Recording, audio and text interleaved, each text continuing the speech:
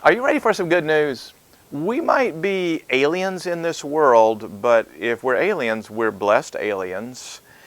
In these uncertain times, we can be left wondering as Christians, what are we supposed to do in our relationship to the world, to the culture? It's sort of those things like when you feel like the whole world's going crazy, what do? Do we withdraw? Do we just become more isolated and separate from the world? There's an argument in that direction. Or do we get more committed than ever to seek to transform the world? If you want to try to wrestle with those sorts of questions, a great place to look is the story of Daniel, who was exiled to Babylon, and yet God had his hand on Daniel in Babylon. We won't answer all these questions today, but one thing is for sure. Daniel is a picture of our lives and ultimately of Christ, how we can be favored foreigners. Notice the text in Daniel chapter 1, verse 17. These four youths, God gave them learning and skill in all literature and wisdom, and Daniel had understanding, the text says, in all visions and dreams. And at the end of this time of preparation, the king, Nebuchadnezzar, had commanded them they should be brought in, and the chief of the eunuchs brought them in before Nebuchadnezzar.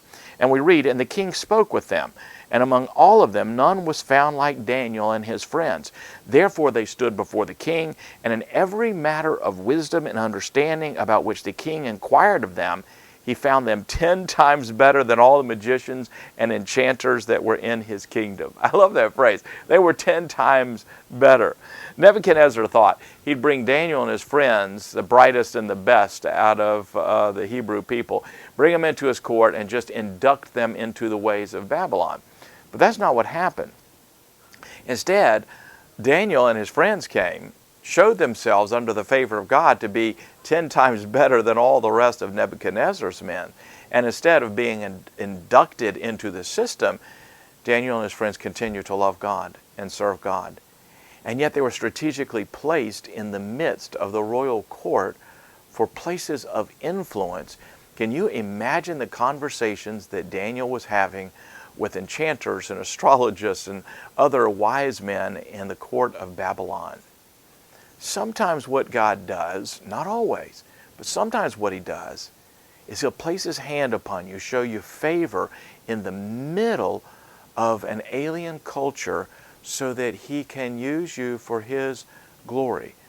There's a lot more to learn from the story of Daniel. There are times in which he withdrew and said, I'll have nothing to do with the king's edicts. But there are other times in which he was engaged with the culture and God used him for wonderful purposes. You might be an alien, but you're a blessed alien, and that's the gospel. Well, you can get more videos like this one by clicking right here, or better yet, subscribe to this channel and be sure and start out every day with good news.